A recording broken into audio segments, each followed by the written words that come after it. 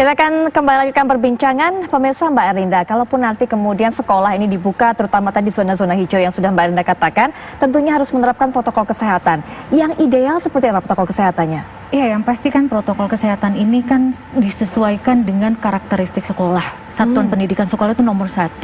Dan disesuaikan juga dengan keadaan dari daerah itu sendiri. Baik itu dari tingkat provinsi, kota, kabupaten, sampai yang terkecil di tingkat desa yang memang ada satuan pendidikan sekolahnya. Dan yang paling harus digarisbawahi di sini adalah paling utama harus berkoordinasi, karena yang bisa memberikan otoritas dibuka atau tidaknya adalah gugus tugas dulu. Seizin dengan gugus tugas, karena semua unsur KL itu ada, Menkes kan membuat protokol kesehatannya pasti, dan dengan dikoordinasikan dengan lingkungan, otomatis kan pemerintah daerah begitu. Pastinya. Nah, otomatis kan koordinasi ini harus kuat dan sesuai dengan protokol yang sekarang ini sudah disiapkan oleh Kemendikbud, itu nomor 1. Nah, di sini Mbak, izinkan saya ingin menghimbau kepada seluruh rakyat Indonesia dari semua elemen, dari masyarakat, baik itu pemerhati ataupun yang lain-lainnya, yuk kita sama-sama solid, kita sama-sama memberikan tidak hanya kenyamanan ya kepada seluruh masyarakat Indonesia, tapi kepastian bahwa negara, terutama Pak Presiden beserta kabinet dan kita semua, keselamatan, kesehatan, dan kenyamanan itu kita nomor satukan. Dan yang paling utama, kita sekarang ini harus sama-sama punya harapan. Apapun yang terjadi saat ini, kita kan yang mempercepat selesai, dan kita harus keluar dari ini. Tapi kan kita harus ada yang di depan itu adalah tantangan dan tuntutan. Tantangannya apa?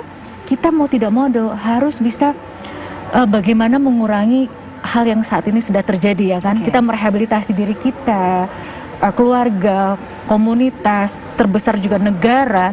Pemulihan ini kan yang kita harus siapkan dari sekarang. Kalau kita tidak siapkan dari sekarang, akibatnya buruk. Nah, disinilah kami memohon bahwa yakinlah, berikan kepercayaan penuh bahwa kita tidak akan pernah melakukan hal yang tergesa-gesa, apalagi menyebabkan resiko buruk pada masyarakat, itu tidak akan pernah terjadi. Ini kami mohon bisa lihat dengan statementnya Pak Presiden kita sebegitu luar biasa, sampai hal yang kecil saja beliau tekankan, tidak hanya mengatakan keselamatan anak-anak di atas segalanya, bukan hanya itu, tapi bagaimana keluarga yang mengantar, bagaimana neneknya yang mengantar, sebegitu difikirkan, termasuk juga Pak Kemendikbud, Kemenak, maupun semua unsur KL yang ada di gugus tugas, dan pastinya melibatkan semua elemen. Jadi tidak serta-merta pada saat nanti mungkin ada beberapa kabupaten ataupun daerah yang akan sudah siap, tidak semerta-merta juga dibuka, tidak, tapi ada prakondisi dan juga melibatkan stakeholder yang ada di dalam masyarakat yang terkecil itu. Mbak Erlinda, terima kasih sudah berkenan bergabung bersama kami walaupun waktunya sangat sedikit. Semoga yang singkat tadi informasinya bisa betul-betul tersampaikan dan juga diaplikasikan. Kita solid, ini untuk negara kita, ini untuk bangsa kita, ini untuk masyarakat besar kita. Kita harus segera keluar dari. Terima kasih Mbak Erlinda. Bu Tati masih bersama saya di sini. Sambil kita juga nanti ini mendengarkan bagaimana suara hati dari wali murid ataupun orang tua murid. Sudah bergabung dengan kita Ibu Kenny Dewi Juwita selaku Ketua Komite Sekolah SMP 163 Jakarta. Assalamualaikum, selamat malam Bu Kenny. Yang kebetulan sekarang lagi di Denpasar ya Bu. Baik. Selamat malam. Bukan cuma Bu Kenny, tapi sudah bergabung juga dengan kita Wali Kota Bogor, yaitu Kang Bima Arya. Assalamualaikum, selamat malam Kang Bima. Waalaikumsalam warahmatullahi wabarakatuh. Selamat malam. Baik, Kang Bima, ini kita berbicara mengenai tatanan new normal, normal baru. Kalau kemarin sempat ada wacana tempat ibadah dibuka, kemudian begitu pula kegiatan perekonomian. Selanjutnya yang rame jadi bahasan, begitu kan, bahkan menuai politik ataupun polemik pro kontra masyarakatnya adalah mengenai sekolah, pendidikan. Ada yang setuju sekolah dibuka, terutama para murid yang sudah bosen katanya nggak pergi ke sekolah. Tapi juga banyak orang tua murid ini yang khawatir kalau sekolah dibuka gimana anak saya jadi takut ketularan corona dan sebagainya. Kalau di Kota Bogor sendiri kebijakannya seperti apa mengenai hal ini, Kang Bima? Yang pasti semua harus didasarkan pada kajian saintifik, kajian ilmiah, rekomendasi dari pakar epidemiologi. Nah, kalau di Bogor memang sekarang kurvanya alhamdulillah sudah melandai, bahkan angka reproduksinya itu sudah di bawah 1. Kalau minggu lalu 0,73, hari ini saya dilaporkan 0,3. Jadi secara umum kurvanya melandai. Tetapi untuk membuka sekolah, saya kira tidak sesederhana itu. Banyak hal yang harus kita hitung. bukan saja kondisi penyebaran COVID secara umum di kota, tetapi kita harus lihat 3 variabel di sekolah itu. Yang pertama adalah kondisi tenaga pengajar ya, guru-guru dan lain-lain, sejauh mana mereka siap untuk beradaptasi dengan sistem baru, sejauh mana mereka dipastikan sehat gitu. Yang kedua adalah sistem yang ada di sekolah itu, infrastruktur yang ada, fasilitas yang ada di situ, apakah siap atau tidak. Yang ketiga yang ini juga sangat menentukan adalah pengaturan kegiatan belajar mengajar di sekolah itu. Nah, artinya kalau 3 aspek itu kemudian matang, siap, bisa saja itu berjalan. Ya. Tapi dalam hitungan saya belum dalam waktu dekat, karena perlu cukup waktu untuk mempersiapkan itu semua.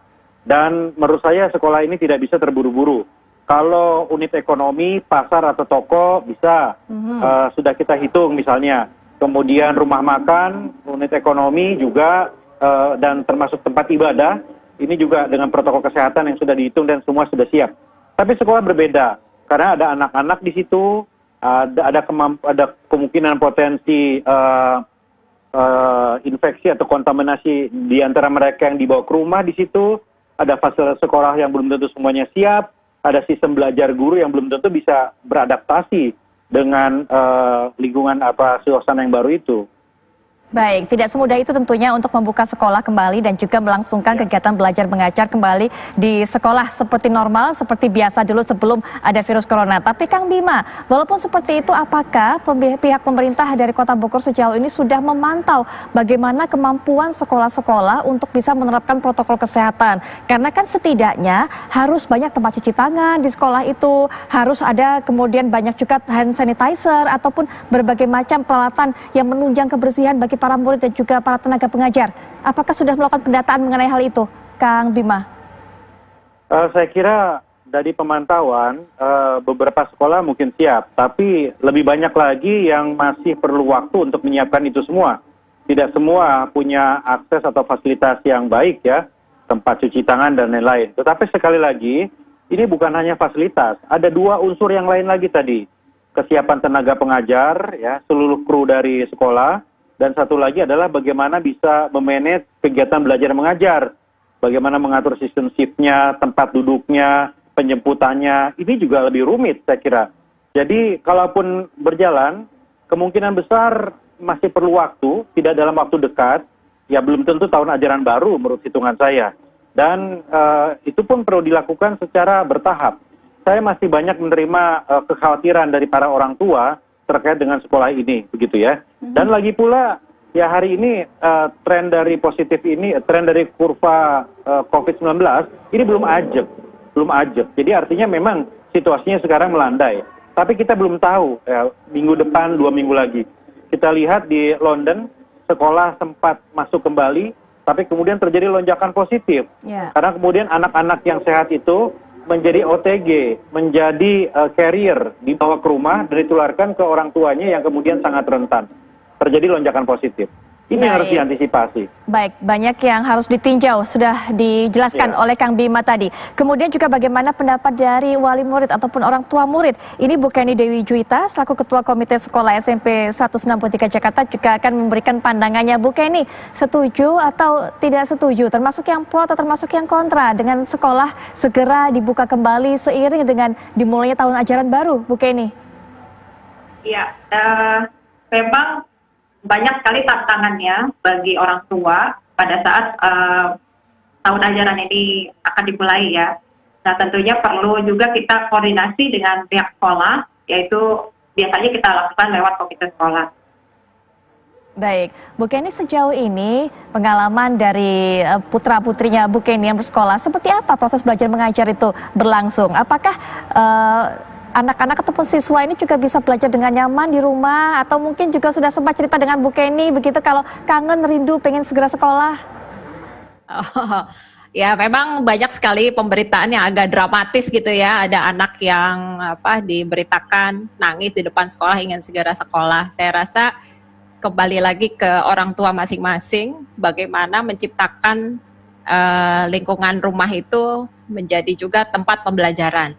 Dan memang tantangannya adalah secara teknis memang tidak semua orang tua memahami cara mengajar gitu. Namun yang bisa diberikan, biasanya kita lakukan sharing-sharing dengan para orang tua. Kita juga lakukan pertemuan-pertemuan selain di WA group, kami jadi punya kelompok-kelompok diskusi. Jadi tiap kelas punya wali orang tua murid, jadi WOTK. Itu biasa mungkin kalau komite sekolah biasanya. Kami menyebut diri kami sahabat sekolah. Jadi pada saat ada pertanyaan dan lain-lain bisa disampaikan di dalam WA group, lalu kemudian kita bawakan lagi di forum yang lebih besar di setiap kelas, bersama-sama dengan kita sahabat sekolah atau komite sekolah, beraliansi dengan kepala sekolah dan manajemen sekolah. Dan kita juga lakukan pertemuan berkala, dan menjelang PPDB baru ini dan juga tahun ajaran baru, kami sudah merencanakan untuk bertemu setiap waktu yang sudah ditentukan dengan kelas 9, misalkan orang tua kelas 9, kita akan berkumpul di tanggal berapa melalui virtual meeting juga. Dan memang saling membantu dari orang tua sendiri, tips-tips bagaimana mengarahkan anak belajar itu penting sekali. Baik, tadi suara dari orang tua. Bu Teti tadi juga sudah sempat bercerita bahwa dengan adanya pelajar atau kegiatan belajar mengajar jarak jauh ini banyak yang harus disesuaikan. Guru, bukan cuma murid, orang tua, guru juga banyak harus adaptasi. Nanti kita akan jelaskan lagi, Bu Teti akan kita dengarkan lagi cerita lebih lanjut, tapi setelah jeda berikut ini. Apakah Kabar Indonesia akan segera kembali?